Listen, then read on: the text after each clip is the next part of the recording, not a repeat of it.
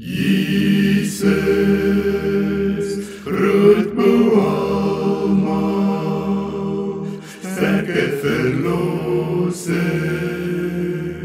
magtige Heer en Heiland, Immanuel, God is met ons, reddende Heere, levende woord.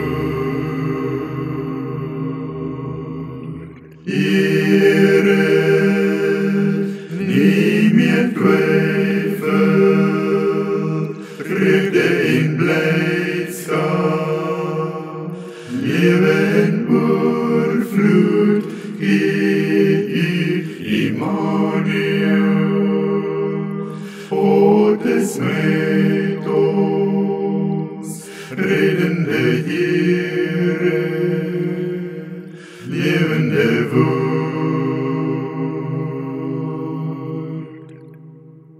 Jesaja 7 vers 14. Daarom sal die Here self aan julle 'n teken gee. Kyk, die maagd sal swanger word en 'n seun baar en hom Immanuel noem. En dan Matteus 1 vers 22 tot 23. En dit het alles gebeur, sodat die woord vervul sou word wat die Here deur die profeet gespreek het. Kyk, die maagd sal swanger word en 'n seun baar, en hulle sal hom Immanuel noem.